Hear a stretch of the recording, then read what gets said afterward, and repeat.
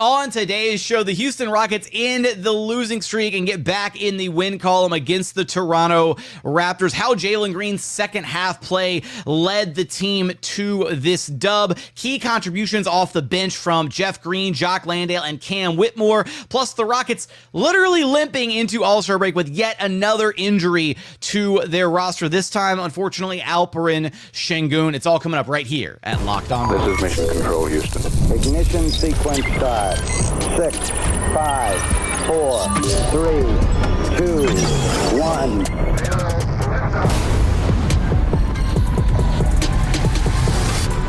A win is a win is a win, and that's all there is to it. Doesn't matter how ugly it was, the Rockets found a way to get it done against the Toronto Raptors. What's up, and welcome to another edition of Locked On Rockets, your daily podcast home for everything Houston Rockets basketball. As always, I'm your host, Jackson Gatlin, native Houstonian and credentialed media member. I'm also the host of Locked On NBA Thursdays. Be sure to follow along wherever you listen to your podcasts or on YouTube. Just search Locked On Rockets, where the best way you can help our show is to listen every single day on a podcast platform of your choosing. Like and subscribe on YouTube. Drop us a comment while you're there. Tell me how happy and grateful you are that the Rockets have managed to end the losing streak, getting back in the win column against the Toronto Raptors, 94-87, or just do a drive-by, say, go Rockets, helps us out a ton. Also, subscribe to the daily Locked On Rockets newsletter. Would sincerely appreciate that.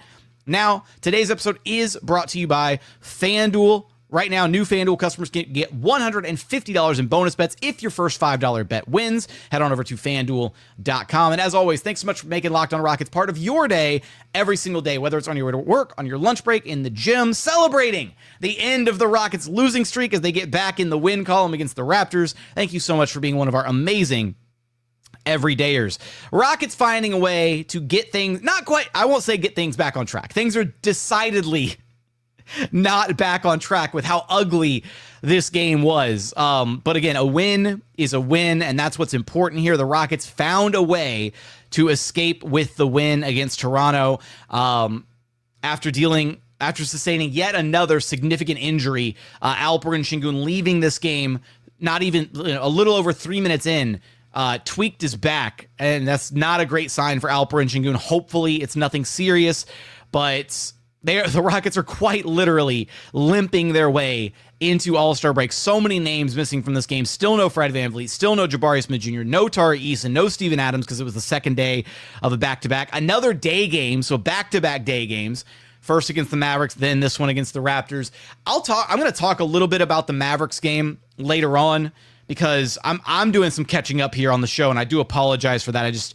I feel like I'm limping into All-Star break as well. We had an emergency with our dog August and had to take him to the vet. He randomly stopped walking and was in some serious pain and discomfort, and so that was kind of a scary situation we were dealing with at the end of last week. Thankfully, things are looking better now.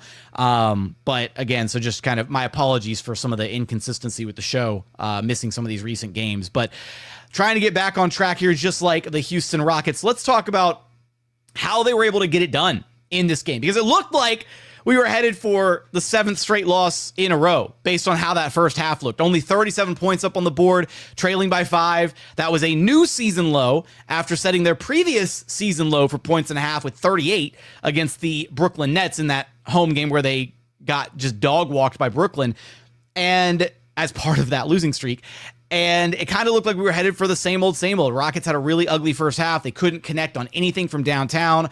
They had 13 first half turnovers. Like, it was just a really ugly all-around performance. And again, losing Alperen Sengun 3 minutes into the game did not really bode well for confidence as to how the Rockets were going to escape with this one.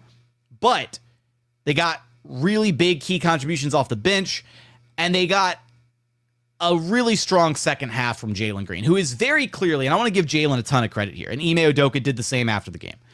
This Rockets team is beleaguered. They're battling through injuries. A lot of guys have been in and out of the lineup, and a lot of guys are currently still out of the lineup, right? Have been for an extended period of time. Jalen is clearly not playing at 100%. He is battling through like a lower leg injury. His left leg has been bothering him. He's still got the hand injury. He's probably got an assortment of other little bumps and bruises all across his body. And you can tell he's not playing at 100%. He doesn't have the usual burst, the usual explosiveness that he has on drives, in transition, all that stuff. And he's still found a way to help drag the Rockets to the finish line in this game. It was an unremarkable first half for Jalen Green. It was really an unremarkable first half for the whole team, minus like an early 10-point burst from Dillon Brooks. But everybody was struggling in this game. Jalen Green at halftime, just 3 points, 1 of 5 shooting. Managed to finish the game with 18 points on 7 of 19 shooting, including a bunch of clutch buckets down the stretch of this game.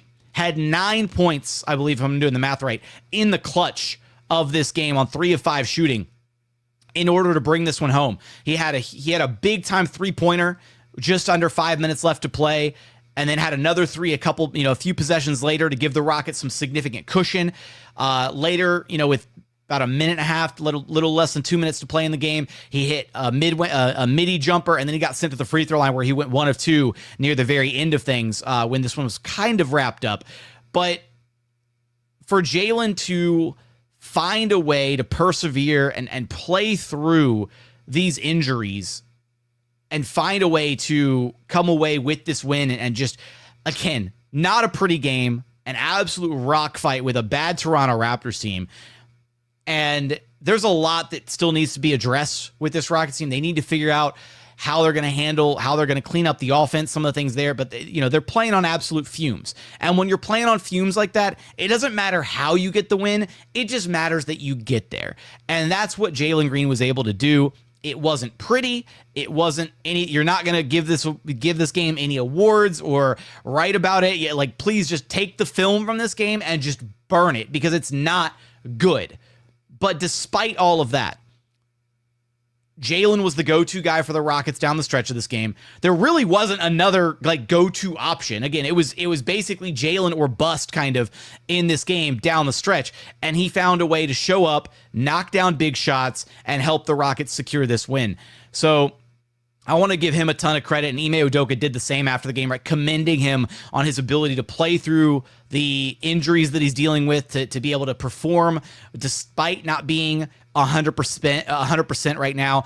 And for this Rockets team, hopefully they can find a way to string together a few wins here to close out the All-Star break, even though they're dealing with injuries and a depleted roster, and they're clearly running on almost empty as far as just needing a brief respite, an opportunity to kind of recharge their batteries a little bit over the All-Star break.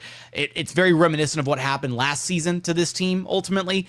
Ton of credit to Jalen Green for finding a way to turn it around there in the second half, knocking down some key shots, had some assists, moved the basketball around a little bit, got some guys some other opportunities, and again, not a game that you want to write home about, but a win is a win, and Jalen Green was a big part of that in the second half with his 15 points on, I believe it was 6 of 14 shooting there in the second half after that rough first half start. Coming up, I want to talk about the key contributions off of the Houston Rockets bench, some of the things that the Raptors did do to make this game difficult, how the Rockets cleaned things up in the second half, as well as a couple notes from the Mavericks game, an interesting lineup twist that Ime Udoka used that I want to talk about for a little bit. We're going to get there in just one moment. First, today's episode is brought to you by Skims. Look, when I found out Skims was making underwear for men, I was intrigued. I've heard so much about their quality from friends and family, so I had to give them a try, and let me tell you, it absolutely lives up to the hype. The biggest issue when it comes to underwear is over time, they stretch out, right? They become baggy, they become loose-fitting, all that stuff. That doesn't happen with these Skims underwear. I've been wearing them for a while now. Fit, comfort, and honestly, just the right style for me. Skims changed everything. Their men's line offers something for everyone, from boxer briefs to classic briefs, all designed with the perfect balance of comfort and style. I tried the Skims Stretch 5-inch boxer brief, and I'm totally hooked. I'm never going to wear anything else for the rest of my life. They're perfect for an active lifestyle. They move with me. They never lose their shape. That's been my biggest issue with boxer briefs in the past. It's just they flare out. They get super baggy. They don't have that comfortable, snug fit.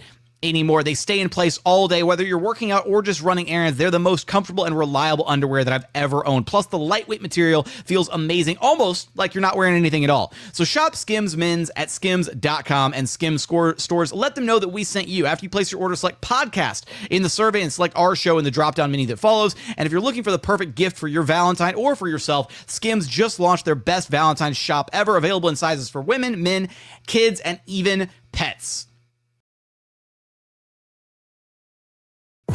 And continuing on here at Locked On Rockets, your daily podcast, home for everything Houston Rockets basketball. All right, this win, even though Jalen Green came up big in the second half, this win would not have been able to happen without the key contributions off of the Houston Rockets bench. And a few guys in particular, Jeff Green and Jock Landale really stepping up in a big way. Jock Landale being inserted into the second half starting lineup after the Rockets lost Alperen Sengun a few minutes into this one. He finished with 11 points, 10 rebounds, had an assist, had a block in there, 4 of 8 shooting, was a perfect 3 of 3 at the charity stripe. Some great minutes from him, some great energy, some strong finishing around the rim, right? Just kind of bringing the energy that we know that Jock Landale is capable of bringing in that kind of third string center role. And I know that Jock's role has basically been almost completely diminished on this Rockets team with the emergence of Steven Adams and how good he has looked and how strong he's been in his minutes. But it's important to note that even though Jock Landale at times can be a little bit of a meme amongst Rockets fans, and he does have some moments where you're like a bobbled pass here and there or a turnover or whatever, or a missed finish, Jock still brings a ton of energy. He's a great kind of hustle big, right? He's going to go out there. He's going to set hard screens. He's going to scrap for loose balls. He's going to fight for rebounds, and he's going to bring his motor. And that's going to be the most important thing, it feels like, for this Houston Rockets team over these next 2 games as they are finishing up the stretch before the All-Star break, is they're going to have to lean very heavily on their reserves. They're going to have to lean very heavily on the guys, the members of the quote-unquote stay ready crew, in order to find some semblance of juice to be able to get across the finish line here before the All-Star break. And that's what Ime Udoka was able to do in this game. He found some energy, some life with Jock Landale. He also found that with Jeff Green, of all people, who of all the players on this Rockets roster, Uncle Jeff should be pretty fresh, given the fact that he can still play. Like, Uncle Jeff can still play at a very, very high level. And I'm honestly a little surprised that we haven't seen more of Jeff Green to this point in the season, especially with all the injuries and all the different kind of guys in and out of the roster so far at this point for Ime Udoka, namely because Jeff Green allows the Rockets to play that 5-out, switch everything defensive scheme that he's so fond of. It's not quite as effective as when they do it with Jabari Smith Jr. at the 5 spot, because Jabari brings more size, more length, more rebounding than Jeff Green does at this stage. But Jeff was really effective in this game. 14 points, 4 of 7 shooting, went to the free throw line 7 times, hit 6 of them while he was there, had 5 rebounds, had an assist, was a +10, a team best +10 in his 20 minutes of run. He was a big part of that run that the Rockets went on at the top of the fourth quarter when a majority of the bench players were in there. It was like the bench plus Ime Thompson out there. And that run helped kind of give the Rockets some cushion before the Raptors kind of tried to claw their way back into it. And then Jalen Green was able to come in and kind of close them out later in the quarter. But that run was crucial, right? And Jeff Green provided some much needed life, some much needed energy to this Rockets team. He had that really big offensive putback where he got like one hand on the ball and threw it up into the rim, while, kind of falling down, got to the free throw line after that one. And then he also had the driving, like I think he faked the handoff and then just had that driving, like Statue of Liberty-esque kind of dunk that the Rockets bench was all about. They were hyped about it. It really was the Green show in the fourth quarter. Jeff Green started it off, and then Jalen Green brought it home. So Green squared there in the fourth quarter, helped seal this win for the Rockets. And can't exclude Cam Whitmore from this bunch. 11 points on 11 shots is not great efficiency, but in a game like this where efficiency be damned, it's about just finding a way to put the ball in the bucket. Cam Whitmore found a way to do that. He accounted for 30% of the Rockets' threes in this game. Again, they were only 3 of 26 going into the fourth quarter, where they finally started connecting from long range. They connected on 7 of their 10 triples there in the fourth quarter, and it's no wonder that they were able to pull away a little bit, and they racked up 36 points there in the fourth quarter. They had almost as many points in the fourth quarter as they did the entire first half of this game. 37 first half points, 36 fourth quarter points. And that's the three-point shooting volatility there, but it's not just volatility, it's dead legs. It's guys who are playing flat out exhausted, right? And what's the first thing to go when your legs go?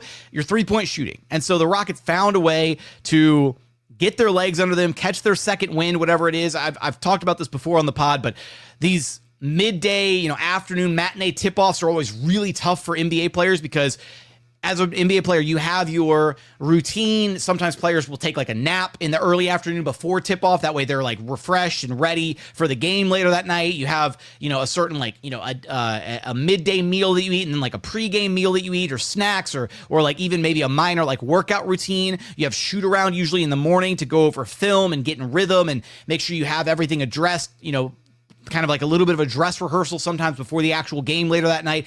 And all of that goes out the window when you have these midday matinee games. And it was the second midday matinee game for the Rockets, right? Because it was Super Bowl Sunday, which on that side note, it being Super Bowl Sunday, if you are one to celebrate the Super Bowl, I hope you enjoyed the Kansas City Chiefs. I'm sure there's a lot of Texans fans out there who enjoyed watching the Eagles go straight belt to ass against the Chiefs. That was an absolute whooping. And then on top of that, shout out to all the everydayers, all the LOR faithful who were watching the Super Bowl, paying attention to the commercials, and heard this soundbite.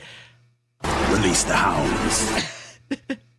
Shout out Instacart with the use of all the iconic different food mascots, and had Chester Cheetah drop a Release the Hounds reference during the Super Bowl. I was like Leonardo DiCaprio. I pointed at the screen. I was watching with my girlfriend. I was like, they said the thing. They did Release the Hounds during the Super Bowl. I had to put a post out there about it, and a bunch of people commented on it. So I'm glad that I wasn't the only one who heard that and just went like, wait a minute, this is a thing.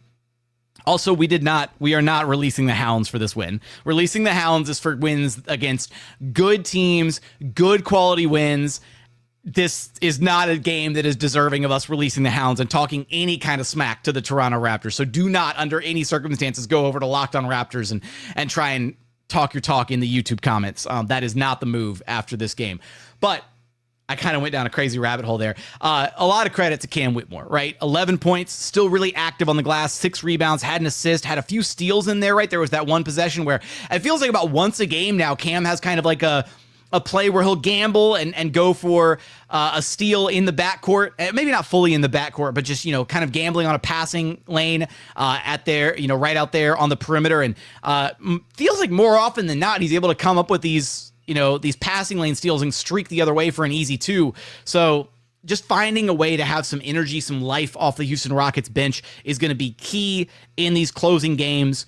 The Rockets have 2 more games before the All-Star break. It's another set of back-to-backs, unfortunately, for the Rockets. They're off till Wednesday, but they play Wednesday, and then I believe they play again, Wednesday, and then also Thursday night, if I'm not mistaken, just to make sure. Yeah, so it'll be Wednesday against the Phoenix Suns, and then Thursday against the Golden State Warriors. So they've got that set of back-to-backs, or I guess one more set of back-to-backs, and then they've still got a handful more games before. Oh, no, that is it. I apologize. Yeah, so I was looking at the calendar wrong. There we go. So 2 more games before the All-Star break. Thankfully, they're both home games, so it's not a game where it's not a set of back-to-backs where you have to travel, but the Rockets are going to need big contributions moving forward from the bench unit in order to try and hopefully be able to go into All-Star break with a little bit of a win streak to kind of make up for the 6-game slide that they went on here over the last about week and a half or so. Coming up, want to talk about an interesting lineup wrinkle that we saw from Ime Udoka against the Dallas Mavericks before the losing streak came to an end, and some final thoughts before wrapping up this show. We're going to get there in just one moment.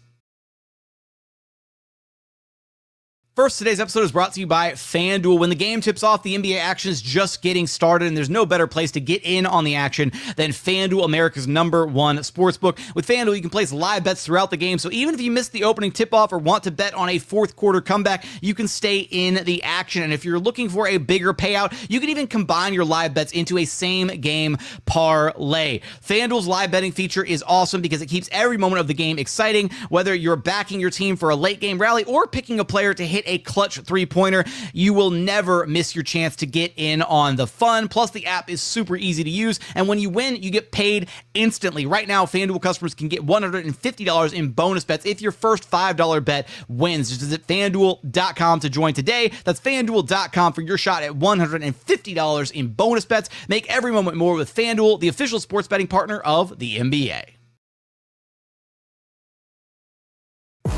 And final segment here at Locked On Rockets, your daily podcast home for everything Houston Rockets basketball. All right, one thing that I wanted to make sure that we talked about, and I apologize because I didn't get a chance to do a full-blown recap for the Mavs game. Again, I'm playing some catch-up here as well, and rest assured, we're going to get to some of the other topics, some of the other things that I definitely want to hit on. I'll talk a little bit about what the Rockets did around the trade deadline. They did acquire Cody Zeller, Jaden Springer, bye-bye. So what was your favorite Jaden Springer moment as a Houston Rocket? Talk a little bit about the Slam article coming out for the Houston Rockets, some fun clips coming out of that interview that they did with Alperen Sengun, Jalen Green, Dillon Brooks, and Fred VanVleet. So that's a fun little piece of things. And then we'll probably dive in. I might even do a live mailbag episode on Wednesday around lunchtime of this week, just to try and kind of connect and kind of catch up on some of the things that are some of the topics that are running around this team right now. But one thing that I did want to highlight here is the Rockets had that, pretty abysmal performance against the Dallas Mavericks. They lost 116-105 on their Saturday matinee game, and that was Anthony Davis's debut in a Mavericks jersey, or sorry, I should say home debut, right? It wasn't his debut. But he was dominant in that game for Dallas before leaving due to an abdominal injury, I think it was, or something. So it's Anthony Davis, so who knows what it was, but yet another Anthony Davis injury. So he's, right on track for his usual extended absence. And so Mavs fans are getting the full AD experience right out of the gate with him putting up 26, 16, and 7, but having to leave the game early due to injury. So Anthony Davis was completely dominating the Rockets in the first half of that game.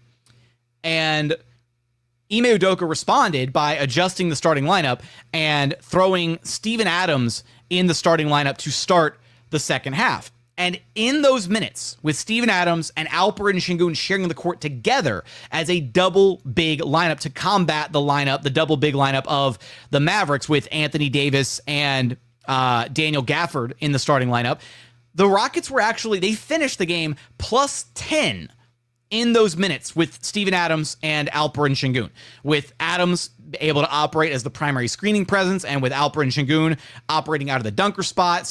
There was some big-to-big action between those two guys, and this was something that we speculated on literally all the way back in training camp. We talked about the idea of, can Steven Adams and Alperen Sengun potentially find some success together on the court? Is that something that the Rockets would be able to experiment with, play with a little bit this season?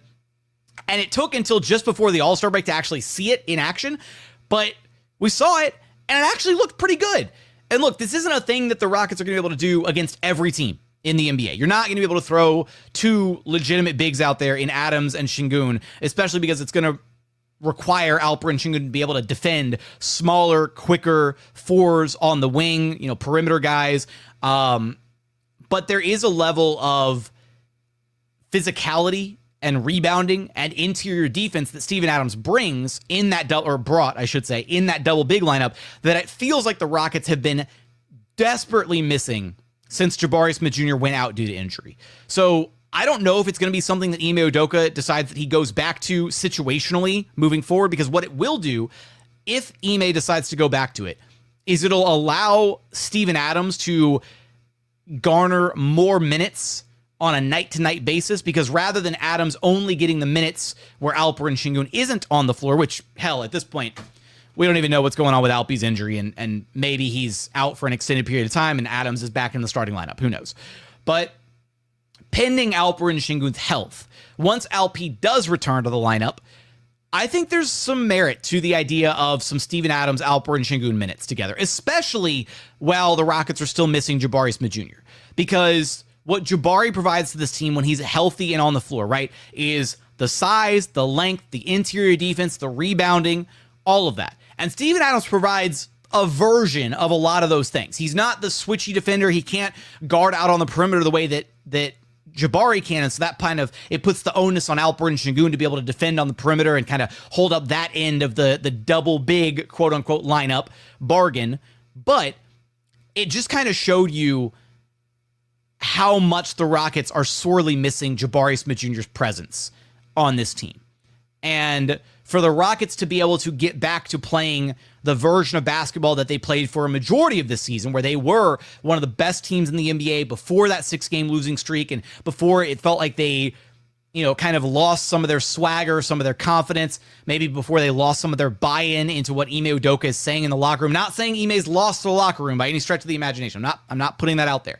I'm just saying that it's human nature to be dealing with, some bad times, some bad vibes, the 6-game losing streak, all that. And on top of that, dealing with injuries and missing key contributors, and you're dealing with other teams who have something to prove, whether it's the Mavericks with Anthony Davis's home debut in front of Mavericks fans, or the Toronto Raptors, who are this young, plucky team that wants to prove something, or the Brooklyn Nets, who are well coached by Jordi Fernandez and they fight hard and play hard every single night. Like, it's understandable that human nature kind of sets in, or did set in for this team. So what you want to see is, are there different ways, are there different wrinkles, maybe different lineups that Ime Udoka can try and tap into something to replicate some of the earlier season success that this team was having, especially as they're dealing with missing key guys and Alperen Sengun looking incredibly rusty since coming back from his major injury. Although in that game, after a really rough first half for both Alpe and Jalen Green, I was really proud to be able to look at them and say that, Sengun finished with 30 points on 11 of 19 to go along with 8 boards, 3 assists. Jalen Green finished the night with 24 points on 10 of 21 shooting, had 6 assists, only a couple turnovers. Like, both of those guys played their hardest and tried to help secure the win. And even Amin Thompson in there with 27 and 5, 9 of 14 shooting for him. Like, the Rockets' big three showed up in that game. It just didn't feel like they got enough support out of the other guys, out of the kind of the bench unit guys. Cam Whitmore was 1 for 8. Adams, even though he was a monster on the glass with 12 rebounds, and even though those minutes really worked well between him and Alperen Sengun, again, plus 10 when those two guys shared the court together in about 12 minutes of run, he was only 1 of 9 shooting. Aaron Holiday was 1 of 3. Reed Shepherd was 1 of 6. The Rockets just didn't get enough scoring off of the bench. Meanwhile, the Mavericks got a ton of support off the bench with Max Christie had 23, Dinwiddie had 10, Najee Marshall had 15. Mavericks bench just completely dusted the Rockets bench, at least from a scoring perspective in that game. So it's just one of those where at this point, the Rockets had built themselves this identity, right, on being hard fought, being physical, outworking the other team. And I really do wonder, we're going to have to talk about this at length in a future episode, probably with the Podfather. I do really wonder if there's some diminishing returns, or maybe if there needs to be kind of a referendum on Ime's philosophy and coaching style, because what we're seeing now is we're seeing a team that is completely gassing out, and they just don't have the energy to be able to play at the same intensity and level that they were playing at earlier this season. And some of that could be because they've had a really brutal stretch of the schedule, and maybe things will look fantastic post All-Star break, and they get Jabari back and they get Fred back, and hopefully Alpe is going to be fine, and Alpe hopefully doesn't have to, I hate saying this, I would hope he doesn't have to miss the All-Star game. I know that's a huge honor for him, and I know Turkish fans everywhere are incredibly happy that Alperen Sengun got the much deserved honor of joining the All-Star game, but his health as it pertains to the rest of the Rockets season, to me, is more important than him participating in a an all-star game that's all just for show and doesn't really carry any additional weight. So if it comes down to it, I hope that Alp prioritizes his health and sits out of the all-star game in order to get right for the back half of this Rockets season. But this is just kind of where the team is at. And unfortunately, they hit a pretty major kind of bump in the road there with that 6-game losing streak.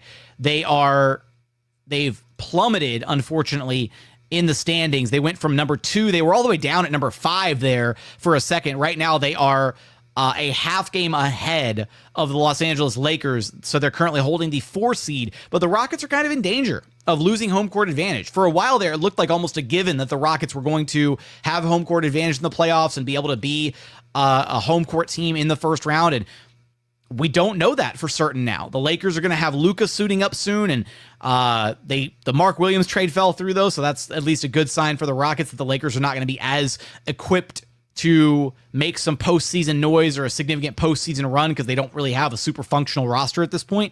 But as it stands for this Rockets team, they ended the losing streak. They got back in the win column against the Raptors. They get a couple days off to rest, recharge, really 3 days off when you think about it because they don't play until Wednesday night. So hopefully that's the rest they need, and hopefully they're able to close things out against the Suns and against the Warriors heading into the All-Star break. That's going to do it for today's episode. We're going to have a couple other episodes coming up here in the off days. Be on the lookout for those. I've got some catching up to do on some different storylines following this Rockets team, so don't want to miss out on those. With that, I do appreciate you tuning into the show. Remember, the best way you can help us grow the show is to listen every single day on whatever podcast platform you prefer. Like and subscribe on YouTube. Drop the comments while you're there. Subscribe to the daily Locked On Rockets newsletter as well. But as always, thank you so much for watching. Thank you so much for listening. And we look forward to having you back right here at Locked On Rockets, your daily podcast home for everything Houston Rockets basketball.